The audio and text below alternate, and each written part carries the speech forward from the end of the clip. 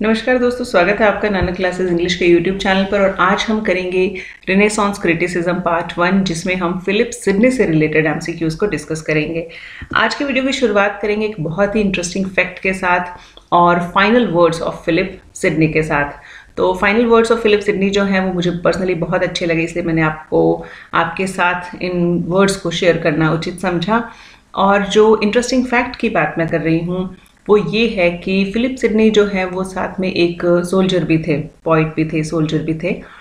तो एक बार किसी वॉर के दौरान वो घायल हो गए थे और उनको बहुत प्यास लगी थी। जब उनको पानी दिया गया तो उन्होंने वो पानी खुद न पीकर अपने एक एनिमी सोल्जर को दे दिया था जो उनके पास ही था और प्यासा था, और ये कहा था कि मुझे जो है इस पानी की इतनी ज़्यादा ज़रूरत नहीं है जितनी उसे है। तो ये थी दरिया दिली फिलिप सिडनी की। और फाइनल वर्ड्स की बात करें उनके, तो ये वर्ड्स थे, in me behold the end of this world, I would change my joy for the empire of the world. बहुत ही ब्यूटीफुल वर्ड्स जो है उन्होंने जाते जाते कहे थे। शुरुआत करते हैं। आज का पहला क्वेश्चन है, the term renaissance refers to. Options हैं हमारे पास, rebirth, rediscovery of the values and ethics, rediscovery of styles of classical Greece and Rome, या ऑल ऑफ दीज। सो ये बहुत आसान बेसिक सा क्वेश्चन है। इस क्वेश्चन का आंसर जो है वो हो जाएगा all of these. Next question है, renaissance criticism is indebted to. तो ऑप्शंस हमारे पास हैं, होरस, एरिस्टोटल, प्लेटो, या ऑल ऑफ दीज। सो इस क्वेश्चन का राइट आंसर भी जो है वो हो जाएगा all of these. Next question, major priority of renaissance criticism is. तो हमें रिनेसांस क्रिटिसिज्म जो है उसकी मेजर प्रायोरिटी बतानी है। ऑप्शन है हमारे पास, the defence of poetry against the attacks of its ancient and modern enemies, the defence of the vernacular as a poetic medium, both of these, या none of these. So right answer हो जाएगा इसका option C, both of these. Next question, what is not true about renaissance criticism. इस तरह के जो question होते हैं उनमें हमें काफ़ी सारे फैक्ट्स जो हैं वो देखने को मिलते हैं और लगभग 3-4 एमसीक्यूज जो हैं वो एक ही क्वेश्चन में कवर हो जाते हैं। तो हमें ये बताना है कि रिनेसांस क्रिटिसिज्म के बारे में क्या सही नहीं है। ऑप्शंस हैं, it adopts the Horatian formula that literature should teach and delight, it emphasizes the classical unities in drama, specially the unity of piece, it advocates the use of vernacular in writing, या all are true। So इस question का right answer हो जाएगा option D, all are true। Next question, the hostility of the Puritans posed a challenge to the status and value of poetry, and the result was replies and counter replies. The best in the Puritan attacks is represented by। तो देखिए इस तरह के Puritan attacks जो है वो poetry पे चलते रहते थे। तो बेस्ट Puritan अटैक जो है वो किसके द्वारा रिप्रेजेंट किया गया था। ऑप्शन है हमारे पास, Morgan Lloyd, Stephen Gosson, Jeremy Collier, या all of these. So right answer हो जाएगा द फेमस स्टीफन गोसन। और ये फेमस क्यों हुए थे ये आगे आने वाले क्वेश्चंस में आपको पता चलेगा। Next question, the Puritan view of poetry includes. Option है हमारे पास, its uselessness, its falsehood, its corrupting effect, या all of this. So Puritan view जो है रिगार्डिंग पोइट्री, इनमें से क्या था? राइट आंसर हो जाएगा option D, all of these. मतलब वो पोइट्री को यूजलेस भी मानते थे, फॉल्स भी मानते थे, और ये मानते थे कि पोइट्री जो है वो करप्ट करती है। नेक्स्ट क्वेश्चन है, who wrote an apology for poetry. बहुत ही बेसिक क्वेश्चन है, सबको आता होगा। फिलिप सिडनी का हम वीडियो फिलिप सिडनी के बारे में हम बात कर रहे हैं, उनसे रिलेटेड एमसीक्यूज को डिस्कस कर रहे हैं। तो ऑब्वियसली आंसर जो है वो फिलिप सिडनी होगा। ऑप्शंस जो हैं वो Stephen Gosson, Philip Sidney, P B Shelley, या जॉन ड्राइडन। तो एन अपॉलजी फॉर पोएट्री जो है वो फिलिप सिडनी ने लिखी थी। An apology for poetry is also known as. तो दूसरा नाम क्या है, मतलब और किस नाम से इसको जाना जाता है? ऑप्शंस हैं, the defence of poesy, the apology of poesy, the poet's reply, या all of these। So right answer इसका हो जाएगा the defense of poesy।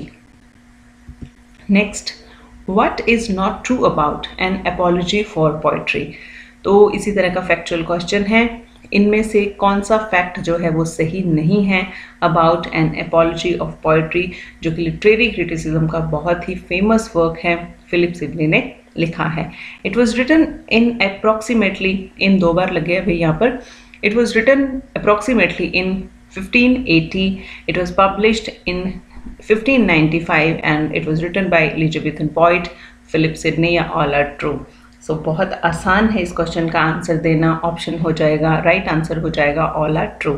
एक बात और आपको यहाँ पर बता दूं कि फिलिप सिडनी जो है उनकी डेथ के बाद ये वर्क पब्लिश हुआ था, तो उसे जो वर्क्स डेथ के बाद पब्लिश होते हैं उनको पोस्थ्यूमस वर्क कहा जाता है, पोस्थ्यूमसली पब्लिश हुआ था ये।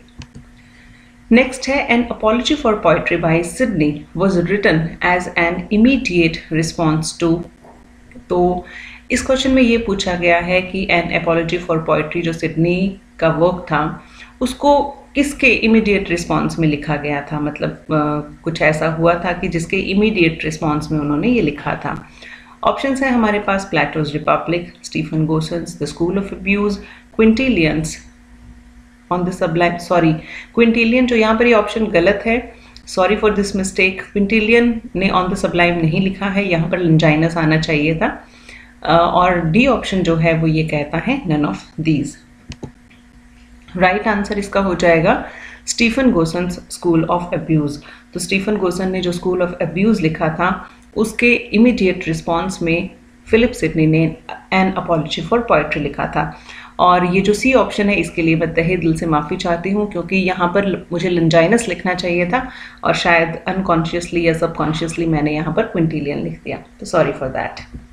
नेक्स्ट क्वेश्चन है what is not true about the School of Abuse by Stephen Gosson. तो देखिए स्कूल ऑफ अब्यूज के बारे में कौन सा फैक्ट जो है वो सही नहीं है। ऑप्शंस हैं it was unauthorizedly dedicated to Sidney, it was published in 1579 and full name of the pamphlet was The School of Abuse, containing a pleasant invective against poet, pipers, players, jesters and such like caterpillars of commonwealth, या all are true। तो देखिए इसमें एक fact और निकल के आ रहा है कि ये जो वर्क था द स्कूल ऑफ अब्यूज लिखा था स्टीफन गोसन ने, एक स्मॉल बुक थी या इसको पैम्फलेट भी कहा जाता है, एक पैम्फलेट टाइप था ये, और इसके इमीडिएट रिप्लाई में फिलिप सिडनी ने एन अपॉलजी फॉर पोइट्री लिखा था। तो इस क्वेश्चन का राइट आंसर हो जाएगा ऑल आर ट्रू, क्योंकि ये सभी फैक्ट्स जो हैं वो बिल्कुल सही है। और एक मज़े की बात आपको ये बताऊं कि ऑप्शन सी जो है वो भी एक्चुअली इसका फुल नेम नहीं है, इसका फुल नेम इससे भी बड़ा है।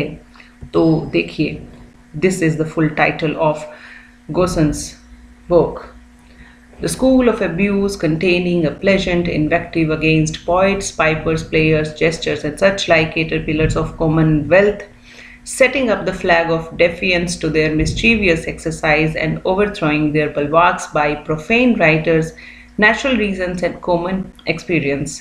A discourse as pleasant for gentlemen that favor learning, as profitable for all that will follow virtue. So this is the full title of Stephen Gossen's work, The School of Abuse.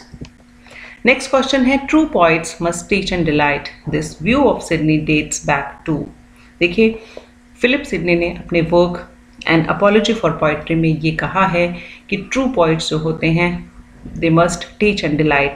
तो ये जो view है उन्होंने कहाँ से लिया है या कहाँ से वो प्रभावित रहे। ऑप्शंस है हमारे पास प्लेटो, होरस, एरिस्टोटल या लंजाइनस। सो राइट आंसर इसका हो जाएगा होरस। एंशियंट रोमन क्रिटिक थे होरस, और इन पे जो है वो वीडियो बनाया जा चुका है। एंशियंट रोमन क्रिटिसिज्म के जो सारे वीडियोस हैं वो अपलोड किए जा चुके हैं, प्लेलिस्ट बनी हुई है, नहीं देखे हैं तो वो ज़रूर देख लीजिएगा।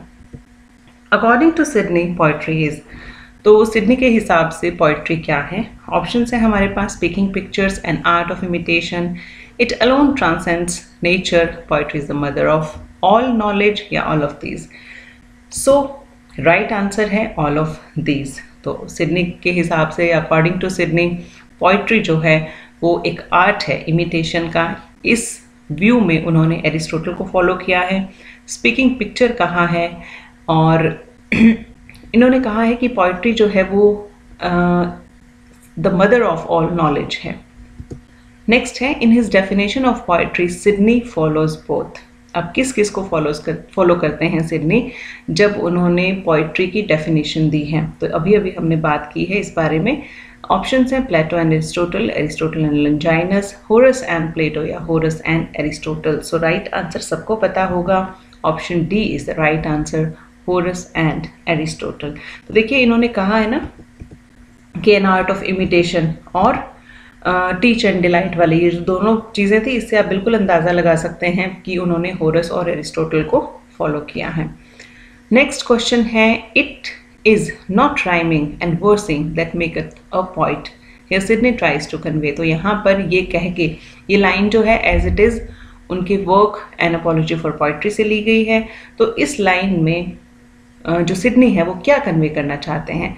ऑप्शंस हैं हमारे पास, Sidney makes poetry free from any kind of external limitations like metrical patterns, rhyme and metre only harmonise the language and help to memory, verse is just an ornament, या ऑल ऑफ दीज। सो इस question का right answer हो जाएगा all of these, यानी ये सभी बातें जो हैं वो फिलिप सिडनी कन्वे करना चाहते हैं through this line that it is not rhyming and versing that maketh a point. और यहाँ पर इन्होंने इसी लाइन के साथ जो वकील होता है ना उसका उदाहरण दिया है, उसका एग्जाम्पल दिया है उन्होंने। So friends, thank you very much for watching this video. ये वीडियो बनाने में मुझे बहुत अच्छा लगा क्योंकि फिलिप सिडनी मेरे पर्सनल फेवरेट क्रिटिक हैं और इसी तरह की वीडियोस लेकर आपके सामने हाजिर होते रहेंगे। तो जल्दी मिलते हैं नेक्स्ट वीडियो में।